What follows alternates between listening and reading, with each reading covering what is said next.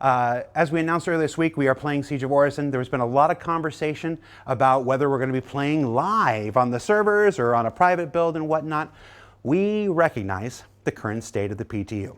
Let's just say that. It's why Siege of Orison was originally scheduled for 4.9 last month. It's been delayed a whole month. It still needs time to cook. Basically, we know. We see the reports, we play it ourselves, we hear you, whatnot. Playing today on the PTU doesn't really do what we wanted to do today. So we will be playing on an internal build. This is the game as it's designed to work. As the wonderful engineers of the project work to harden the brand new instancing system, which is the current source of the various performance issues that you're experiencing with Siege of Orison today. We wanted to take this opportunity with Elliot and Luke and Max. Hey, Max. To show you the content as it's built and as it's expected to play once those instancing issues are resolved. Hello everyone, I get what Jared is talking about. They cannot play on live because live is totally shit. With massive do-things, interaction delays, almost unplayable at times. So instead, CRG played Siege of Orison on a dedicated server for just 4 players with 30 server FPS and with high-end PCs, to show us what Siege of Orison can be under ideal conditions. However, it was still a disaster. That's absolutely unbelievable. Year 14, $1 billion in funding. Even on their 4-man dedicated server, there were still things, inventory and medgun bugged out at times, same issues we have on live. Elliot needed a takedown because he couldn't change his weapons. Again, same shit we have to deal with on live. NPCs are still brain dead. Most of the time they are just standing in the open and take the damage. They don't try to get into cover. They don't try to flank the player. NPCs are repeating the same stupid voice lines over and over again, sometimes 10 times in 2 minutes. I cover you, I cover you, I cover you, I cover you. Chris is all about cool cinematic. Chris should know good sound, good voice lines are important for cool cinematic too, but he totally fails. Animations are still terrible, even in first-person view, handles are glitching through the cloth of the player.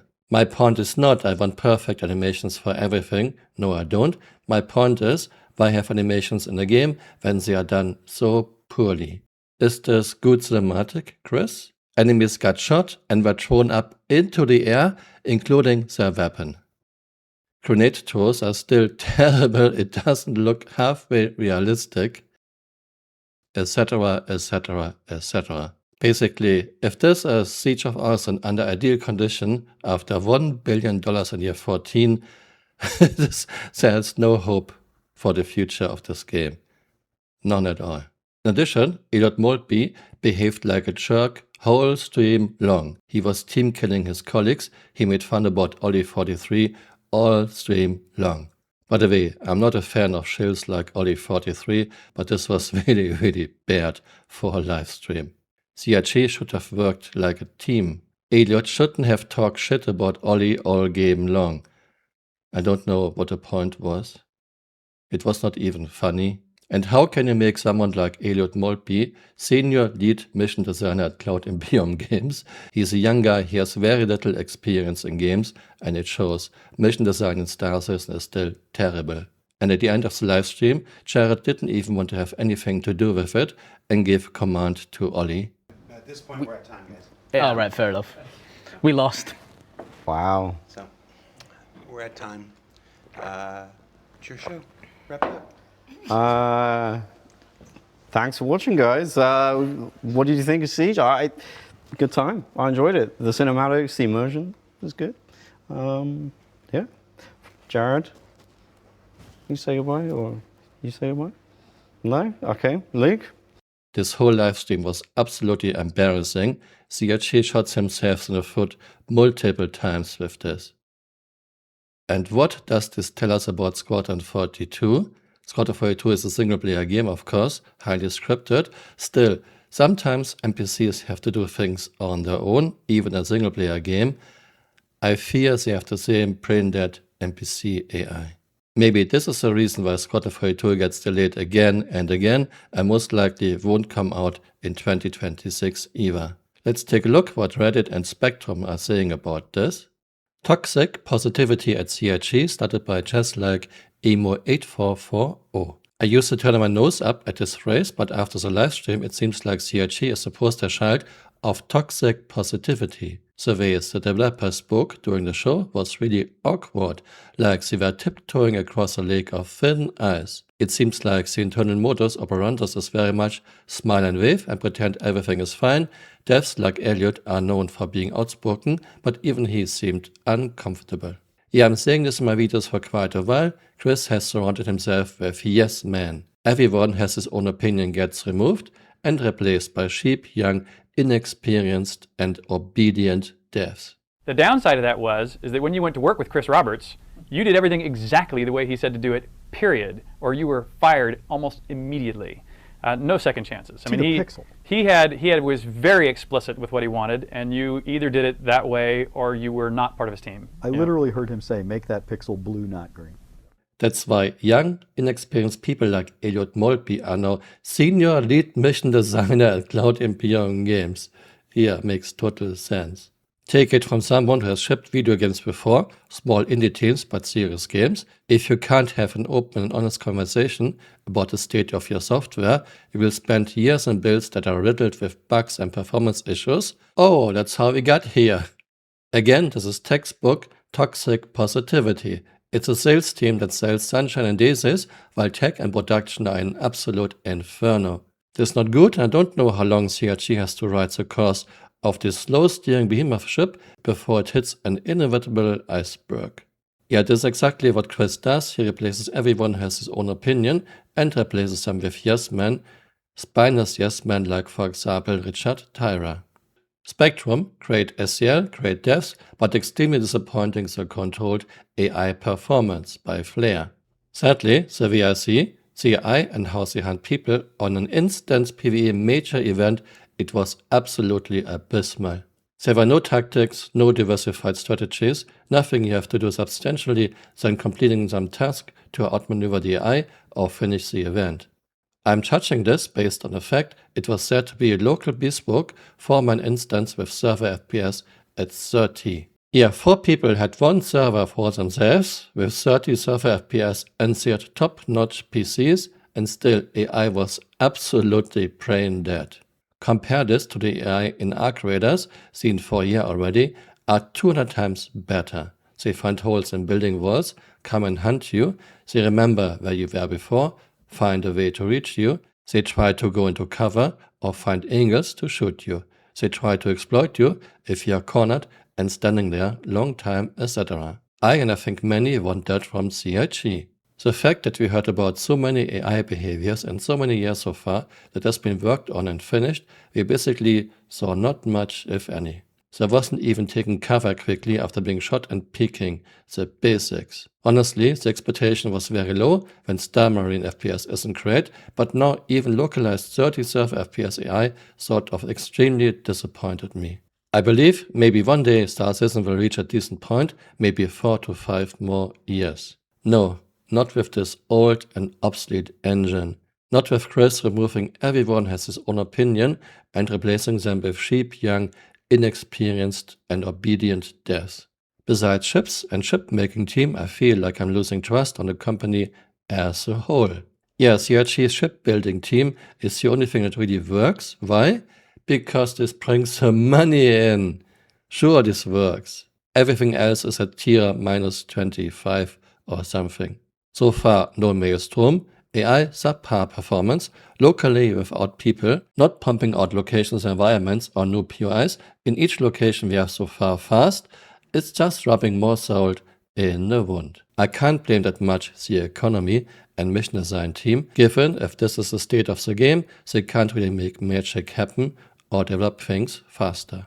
I would like to point out, at CitizenCon 2024, Richard Tyra was bragging, look how many POIs we have. Yeah, but those POIs are boring and lifeless. In most POIs, there are maybe 2 or 3 things we can interact with. We cannot even open most of the doors. It wouldn't matter even if Star Citizen would have like 1 million POIs if there's nothing to do if those POIs don't make any sense. We have POIs out in the open on Dema, a moon without preferable atmosphere, with open campfires, etc., etc., etc. POIs in Star Citizen don't make any sense, they are boring, they are just copy and pasted. And of course this thread has been moved to feedback by moderation. Some necessary praise for this Star Citizen Live by Kodo1 Sharp. Thank you for finally letting us see a shadow of that open game development we are promised so long ago and not a careful curated and pre-rendered marketing slop our subscription money usually goes towards. It's such a breath of fresh air to finally see through the smoke and mirrors of promises that dynamic server meshing is going to fix all the netcode and get the gameplay to feel smooth and right. Now it's clear that even on its own local server, with what I should certainly hope a single-digit millisecond ping and a current total server population of 4 people in the same building, the game still looks like a mess. It's clear that it's not just server performance that gives us inventory rubber banding, enemies teleporting into weird and obnoxiously long mocap animations, etc. Yeah, those 10 to 15 seconds long death animations, I hate this crap so much. Not only is it unrealistic, but the player don't know should I keep on shooting or should I look for another target. It's just bad. Quick edit, more of this, less of Elliot. Yeah, Elliot behaved like a total jerk this live stream. He team killed his colleagues and he talked shit about Ollie all stream long. And again, I'm not a fan of Ollie. So what does this leave us with? Even under ideal conditions, a server for just 4 people, 30 FPS, perfect, top-notch PCs, Star Citizen still runs like shit. I don't see how this can be salvaged. CryEngine, Lumberyard, Star Engine was never meant to be used in an MMO, and it's not built to be used for an MMO. Of course, CHG claims we made lots of improvements over CryEngine, so we are calling it now Star Engine, but in its core, it's still the old engined CryEngine. In addition, it gets harder and harder to find people who can work with CryEngine. It's just too old and too engined. Not many of the new young devs have any experience with it and can code for it. Remember, first release date of Star Citizen and Squadron 42 was November 2014. Yes, 2014. It's called a rear admiral. That sounds kind of nasty, but I am a rear admiral. And so that'll get me, obviously, the finished game, the RSI Constellation, this Millennium Falcon, and maybe I can convince some of my friends like, you know, Spoonie or other Joe to be crew in it. We can go and travel the galaxy together and make funny videos about our encounters and shit. So that'll be pretty fun. I mean, this game looks to be really fucking amazing. So I'm gonna go ahead and pledge. So if you want to be in the alpha and the beta for the game that comes out, they're estimating hopefully to have it out by November 2014. Throwing out game development over almost 14 years now is just bad. By now CHG's code is old and rotten, never maintained. The people who wrote the original code are long gone, there is little to no documentation. Instead of fixing the code, bringing it to a good code standard, Chris puts more and more things onto this old, rotten code base. And there are lots of quick and dirty fixes, several layers on top of each other. It should be clear by now this cannot work, and this livestream proved it. Even under ideal conditions, the game still fails. Nothing we saw feels like more than 13 years and more than $1 billion in funding. It didn't even feel like 1 year and $1 million. I get it, no other game promises what Star Citizen does. But we will never get the game Chris and CHG promised us in last 13 years. Never. All we can hope for is a bare minimum 1.0 with just 5 star systems, missing basics, missing mechanics, almost no physics, no alien worlds, no NPC crews, most likely still buggy and laggy, and even this is years away. I am way past concierge. I believed in Chris and CHG's lies, but it's time to realize we wasted our money on a charlatan. Stop giving Chris money, please stop. Thanks for watching and see you next time. Bye. Auf Wiedersehen.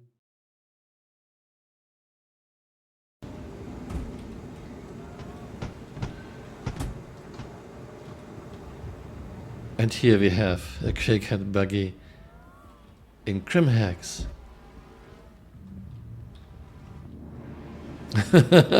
Can you make it to the main elevator? Okay, let's try the big elevator.